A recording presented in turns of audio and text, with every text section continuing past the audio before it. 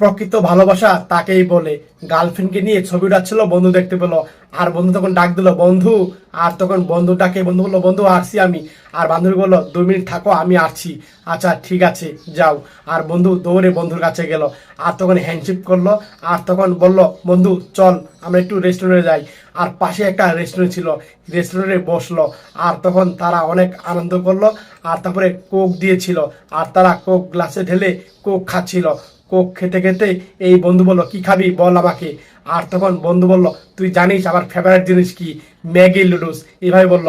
আর Maggi লুডুস দুটা order দিতে চাইলো। দুজনের কথা মনে পড়লো। আর তখন মনে পড়লো তার বান্ধবীর কথা। কি রে আমি 2 মিনিট কথা বলে আসছি, এখন তো কতখানি সময় হয়ে গেছে, কি হয়েছে? না কিছু না। আর তখন তুই থাক আমি আসছি। বন্ধুরা দৌড়ে যাচ্ছে তার বান্ধবীর কাছে। বান্ধবীকে 2 মিনিট কথা বলে আসছে, অনেকক্ষণ দেরি হয়ে গেছে। আর দৌড়ে যাচ্ছে বান্ধবীকে এখনো আসে কি না। আর তখন বান্ধবী বসে ঘড়ি টাইম দেখছে, এখনো আসে না কেন। আর তখন এদিকে বান্ধবী ওয়েট করছিল।